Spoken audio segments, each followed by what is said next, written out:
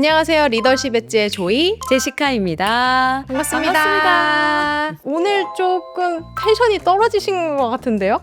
많이 끌어올린 건데. 그래요? 네. 오늘 되게 평소와 다르게 차분해 보이시네요. 표정도 안 좋은 것 같고. 요즘에 고민이 너무 많아요. 왜 그렇게 고민이 많으세요? 성과 평가를 이제 해야 될 시점이 오기 때문에 네네. 많은 리더분들이 굉장히 힘들 겁니다. 그렇다고 이렇게 표정이 안 좋아요? 이상해. 표정이 안 좋다고 하니까. 지금 우리 제시카 이사님이 고민하시는 것처럼 성과평가 시즌, 지금 리더님들 굉장히 고민 많으실 거거든요. 맞아요. 그래서 저희가 준비했죠. 이렇게 하면 망한다. 아주 대표적으로 네. 리더분들이 가장 하지 말아야 되는 케이스 있거든요. 저희가 이제 이 평가 기준 워크샵, 평가 면담 뭐 이런 과정들을 어마어마하게 하면서 가장 대표적인 케이스 4가지를 꼽아봤습니다. 최악의 성과평가 네. 무엇인지 알아보도록 하겠습니다. 좋습니다. 최악의 성과평가 첫 번째, 어떤 상황일까요? 가장 많이 나오는 케이스인데요.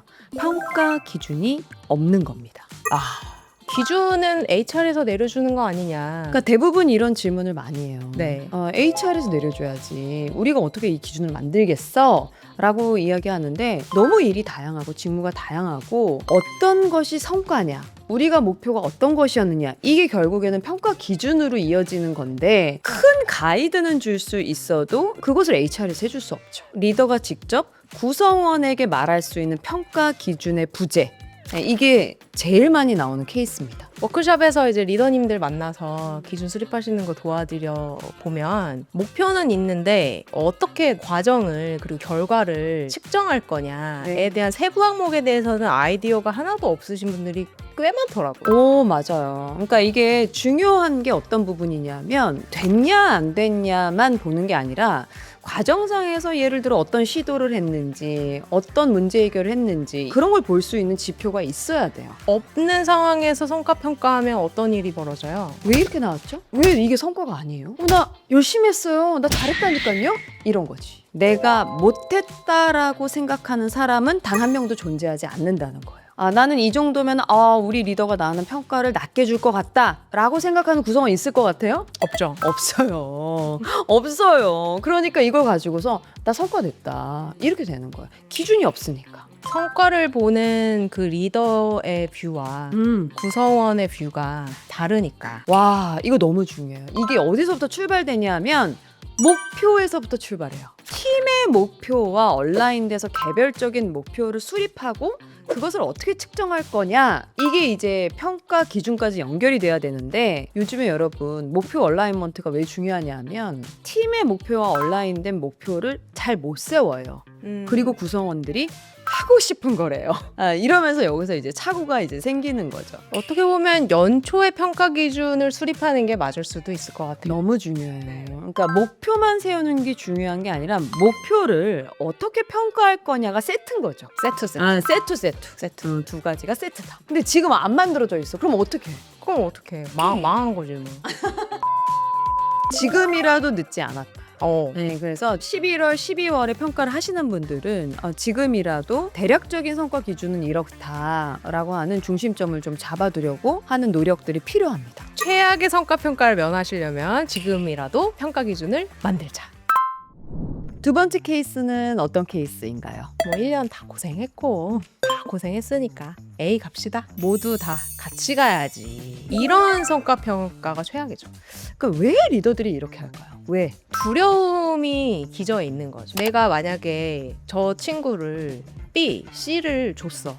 그랬을 때 어떤 반응이 올 것이냐. 나한테 섭섭해하진 않을까? 저 친구도 열심히 했는데. 대부분 평가를 주시는 분들을 인터뷰를 해보면 내년에도 이 친구들과 함께 일해야 됩니다. 올해만 볼 수 없잖아요? 그럼 내가 내년에 이 친구들을 어떻게 봅니까? 이 얘기를 정말 많이 해요.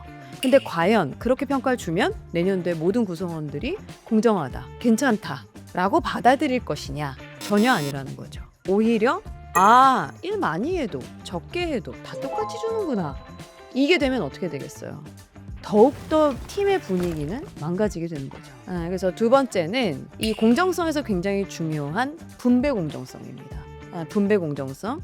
잘한 사람을 잘하고 개선이 필요한 사람은 개선이 주게끔 결과가 정확하게 나와야 된다는 겁니다. 이제 그 많이들 기업에서 상대평가에서 절대평가로 바뀌었거든요. 네, 맞아요. 사실 그렇게 된 게 공정성 때문이기도 해요. 잘한 사람한테 잘할 수 있게끔 성과평가 보상으로 연결을 더 시켜주고 성장할 수 있는 메시지를 성과평가를 통해서 해주기 위함인데 이걸 그냥 다 그냥 잘 줘버리게 되면 이 성과평가의 그 본질을 건드리지 않는 그런 평가를 하게 되는 거죠. 그렇게 될 경우에 뭐 평가를 왜 하겠어? 그렇죠. 네, 평가를 하는 의미가 없어지는 거죠. 모두 다가 잘 주는 거, 이것이 결코 구성원들이 공정하다고 느끼지 않는다라는 걸 리더분들이 아셔야 된다.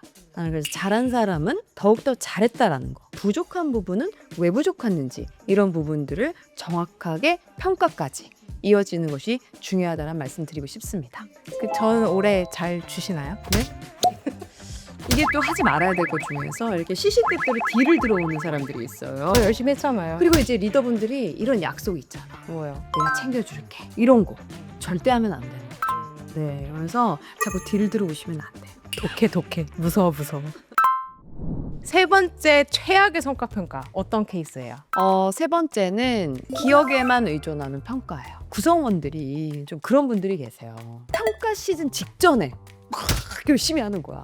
왜냐면 이제 앞에서는 기억이 없어. 그러니까 팀장님, 제가 이런 것도 하고 막 이러면서 막 하는 거지. 그러면은 사람이 얘 정말 성과를 많이 냈구나 이렇게 생각한다는 거예요. 이게 어떤 효과? 최신 효과. 그렇죠. 최신 효과.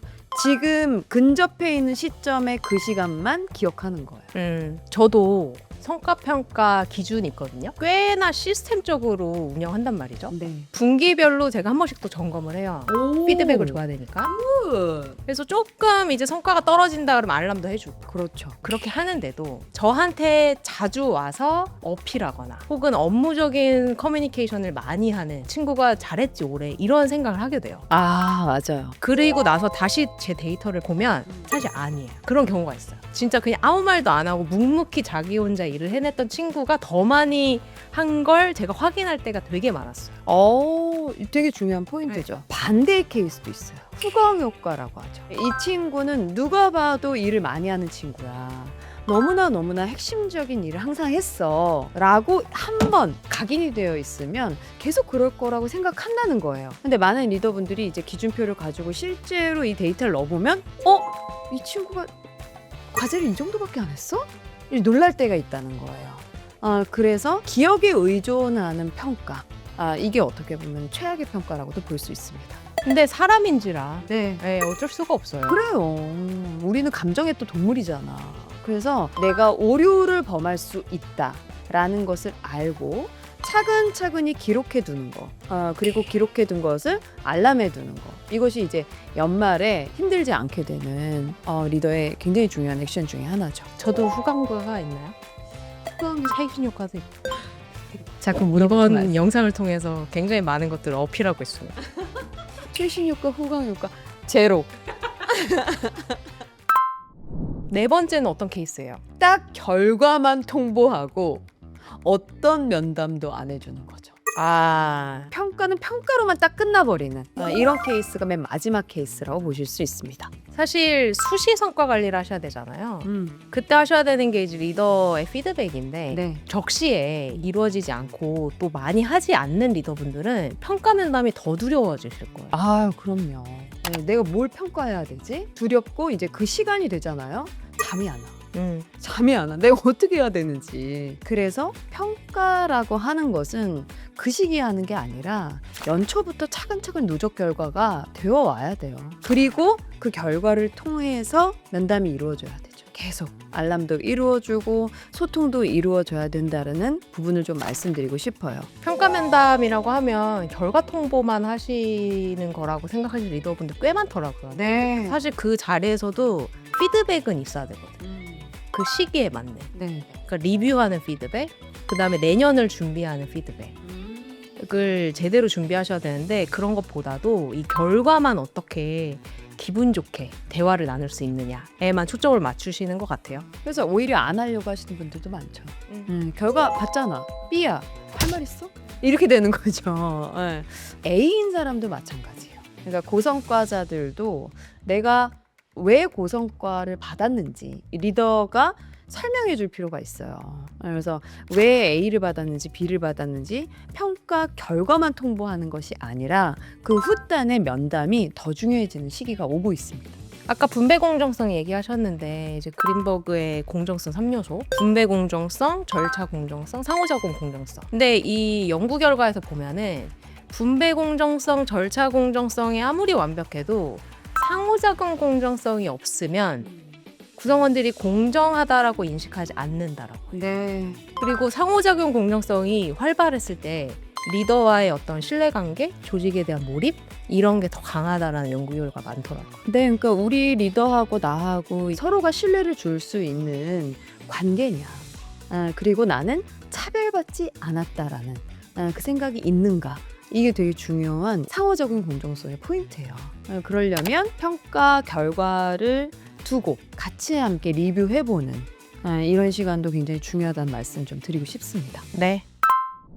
오늘은 최악의 성과평가 4가지 케이스에 대해서 이야기를 좀 나눴어요. 첫 번째는 성과 기준이 불명확한 경우, 두 번째는 갈등을 피하려다가 모두 똑같이 평가를 주는 경우, 세 번째는 기준이 아니라 기업과 인상에만 의존해서 평가를 주는 경우, 네 번째는 결과만 통보하는 경우에 대해서 이야기를 좀 나눴습니다. 다음번에는 성과 면담에 대한 부분, 성과 평가 면담에 대한 부분들을 좀 집중적으로 다뤄보도록 하겠습니다. 자, 리더십 엣지 다음 편에서 보겠습니다. 감사합니다. 감사합니다. 도와주세요.